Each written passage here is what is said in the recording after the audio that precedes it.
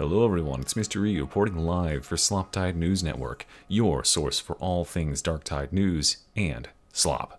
Today's slop is updates to Havoc, provided through a dev blog from Fatshark. You can find this both on the Fatshark forums and on the community notes page, but this update today focuses on two main changes that are coming to Havoc. One is to their ranking system, which many players will not have too much interest in, and some players might even be very frustrated by, and the second is on the new mutators that are coming.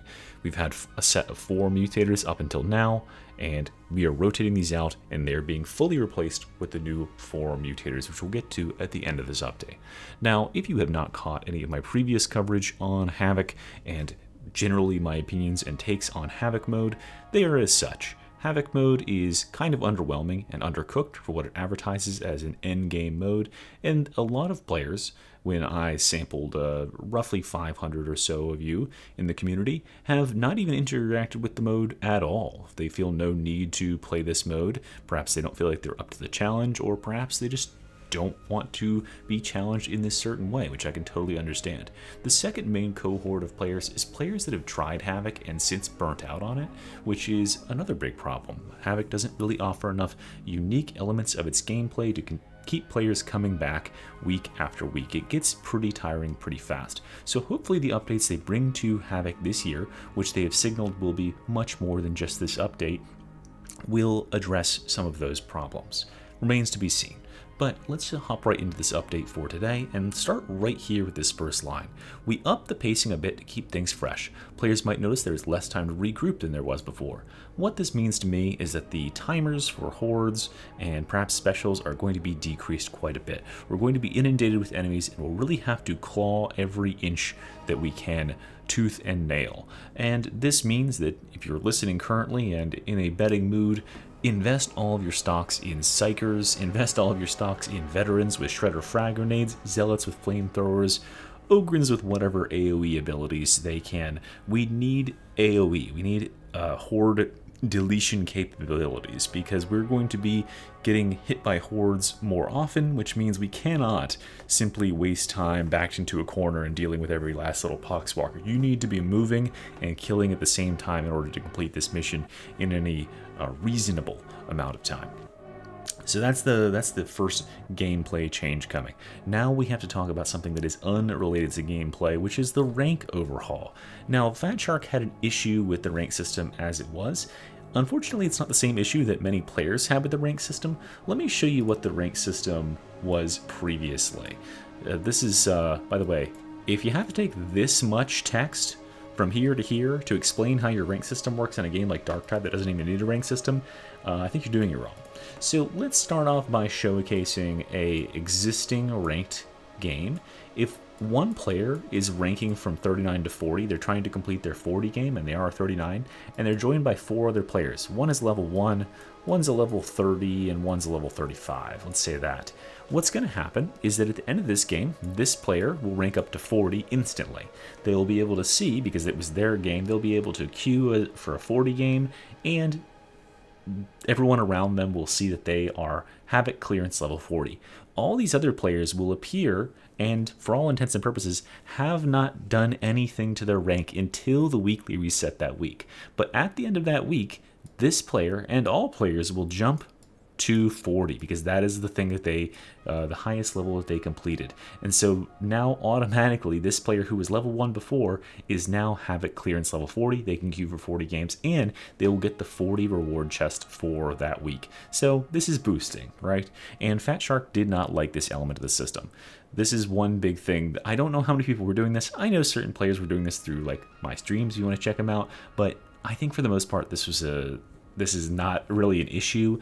The other issue that Fatshark wanted to address is the fact that if you did something like this on Monday, and you were, say, maybe you were a player who was level 30, and now you're like, oh, I've completed a 40. I want to queue up a 40 with my other group of friends since I completed that 40 the other day. You don't have access to it because you got no ranks to your own progress out of doing this. Now that's kind of a moot point, because at the end of the week, only like, maximum 6 days away, you will rank all the way up to the maximum thing you completed. So it's really not a big deal. But the new system sort of tries to alleviate both of these, air quotes here, problems.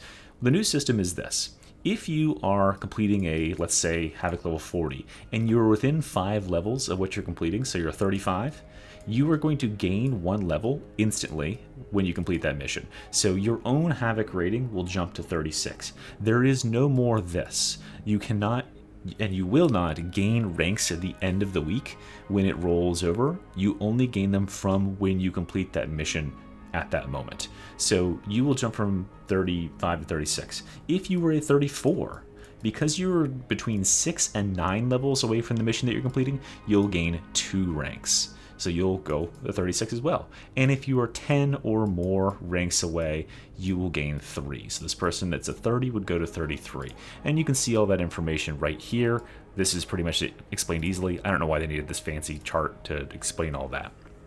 The other change that's coming is something to do with the decaying, not decay mode like from GoldenEye, but the decaying of your Havoc rank. Previously, if you did not play for a week, or if you did not win a game for Havoc for the week, you would decay a rank. So you'd go from 40 to 39 if you just couldn't win for 1 whole week. Say you only had time for 3 games and you lost all 3, sucks to be you. Now, what the change is if you make even 1 attempt to queue up a game of Havoc, and you get into the mission, and then you jump off the cliff and die instantly at the start, you are good. Your rank is secured for the week. You will stay at whatever rank you were. And that means that the decaying is pretty much out. I don't know why decaying needed to exist in the first place, but yeah, there's only 2 ways to decay your rank now. One is to play 0 games for a whole weekly reset, and the other is to lose 3 times on a single rank, and then you'll go down by 1. Oh, and you could also press the button to demote your assignment intentionally. So, yeah, I don't know why that they needed this decaying rank thing, perhaps to give people that FOMO that they need to return to it every week. But hey, it's their ranking system, whatever. Let's move on past the ranking system, because I know that this is a very boring topic and many players just do not care about it, myself included. Let's go on to Havoc campaigns, and I promise you that as exciting as this title right here sounds, it is not that exciting in concept. What this is seasons. Welcome to Havoc Seasons, basically. This is the first campaign, the first Havoc campaign we're launching into on the 25th. From the 23rd to the 25th, Havoc will be inaccessible, but once this update launches on the 25th, we'll be in Havoc Season 1, or Havoc Campaign 1. And with this campaign, there's going to be 2 things happening. One is a soft reset of the ranks. Whatever rank you are at, you are going down to the multiple of 10 ranks that is below you. So if you're at 40, you are going down to 30. If you're at 10, you're going down to 1, as you can see in the table here. So that's going to give players an excuse to play more, basically. Lots of games do this. I'm not that upset by it, right? I shouldn't be upset. It's completely arbitrary ranks, but this is going to give players a reason to hop back and say, oh, I should max myself back out to 40 again just to prove that I can. And that's going to give you a reason to jump in and play with the new stuff. What new stuff? Well, there is new mutators coming to the mode. And as I said previously, the 4 mutators that we currently have, which are the Mobian 21st, the green goop on the ground, the pus-hardened armor, and the cranial corruption, all of those are hasta la vista, baby. They are sayonara. They're getting out of here. We won't see them again for some indeterminate amount of time. They'll be rotating back in future campaigns, one would have to imagine, maybe with some tweaks, but in their stead, we will be getting these 4 new mutators as such. Heinous rituals. Reports indicate that the admonition has begun creating more demon hosts in this area. Disrupt his rituals before it's too late. If you played Chaos Waste in Vermintide 2, you might be familiar with a corruption that can occur on a map. I believe it's when it's blessed by Tzeentch. It spawns a large egg, and if you do not get to and destroy this egg within, I think it's 2 minutes, it spawns a boss monster. And I think this is exactly that. I don't know if there's going to be a timer at the top of the screen. That might be a little bit immersion breaking, but this is a ticking time bomb, right? You need to get to these admonition cultists and interrupt them before they finish the channeling on the demon host, or else it's going to summon this demon host in. One would have to assume that the demon host will immediately be aggressive and try to go and attack your team. And I would also hope that this would be a nerfed demon host, because if it's as strong as the typical demon hosts, it could very easily just kill a player and instantly tax them if you miss this timer at all, which could be, just awful. So even if it's like kind of a weakened demon host, I think that would be a little bit more fair, but time remains to be seen what's going to be coming out of this. Very interesting. I like the ticking time bomb. I like the ticking clock that this adds in. You need to push to get to this cultist. Even though there's a lot of enemies in front of you, we have to get there. We have to disrupt the ritual or else. The second thing we could expect to see is the encroaching garden. Now we have marked enemies that heal allies in proximity. These allies or these enemies, if they're not dealt with quickly, they're going to regenerate the enemy forces that are around them. So I would imagine these enemies are probably marked with green, because everything's green in this game, but you have to eliminate them or else they're going to recuperate all their allies' health. This is going to be an absolute nightmare for if this gets put on like a bulwark or something and you just can't get rid of them, and they can just, if they regenerate their own HP as well, it's going to be a nightmare because there are sometimes where you're trying to clutch and you just need to get rid of the last couple enemies that are chasing you around before you can get a res. And if it's like a bulwark and a couple of crushers, there's no way you're going to drop them fast enough.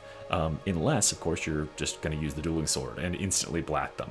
That's about, this is one of a couple of problems I have with these updates, is that it's going to incentivize more quick killing with the dueling sword, which is already increasingly becoming a problem.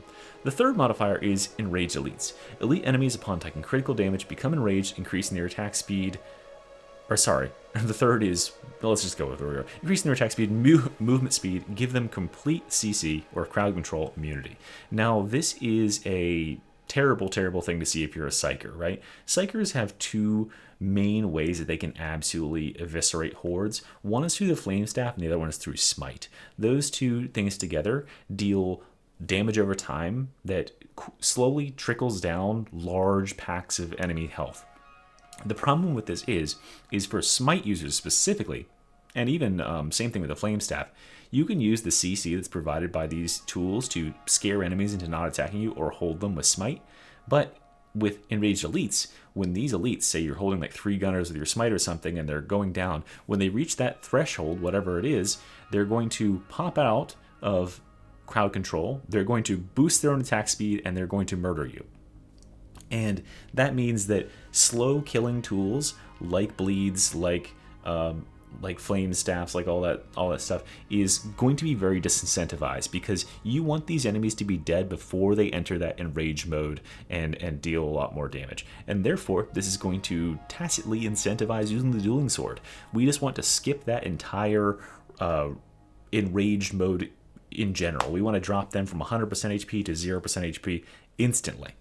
Then finally, we have rampaging enemies. Enemies in this sector are rampaging. They grow emboldened upon witnessing the death of another of their kind, which is a strange terminology here, gaining increased defense against attacks. What this means to me is that if you have, say, 3 Ragers, 3 Crushers, and a horde of 10 Poxwalkers or something, if you killed one of the Poxwalkers, all the other Poxwalkers will get pissed off and they'll gain increased defenses. But because it says kind here and not another enemy or something like that, it makes me think that you have to kill one of its associated ally group. So if you kill a Mauler, the other 2 Maulers will enrage. If you kill a Crusher, the other Crushers that are nearby will enrage.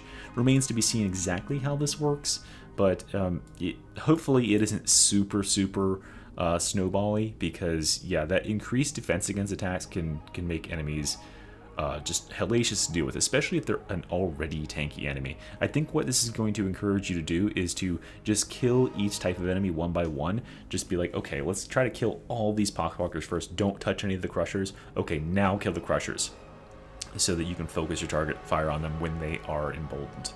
Okay.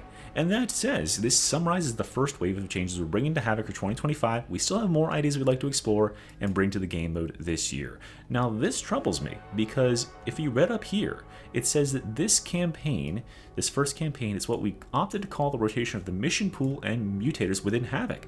Well, there's something that's missing here. We rotated the mutators, but we didn't rotate the mission pool. We are still going to be playing the same missions. I have played enough Clandestine Gloriana for 1,000 lifetimes, and we're still going to be playing on Clandestine Gloriana. We're still going to have Archive and Sycorax being the free win. We're still going to have the same old missions, just with 4 new mutators. And maybe they left that out. Maybe they're holding that information for a little bit later, but it is troubling that they couldn't get us some new maps to play around on. I really would have liked to see that, because these old maps have gotten a bit stale at this point, and I miss the maps that are in the main pool that you don't get to play if you only play Havoc. Anyway, that is everything in this post, guys. Let me know what you think down in the bottom in the comments. Scroll down, like and subscribe if you like keeping up to date on Darktide news and if you love slop. And let me know, was this good slop? Was it bad slop? Was it right in the middle slop? Whatever it is, I appreciate you for watching, sloppers, and until next time, Mr. E out.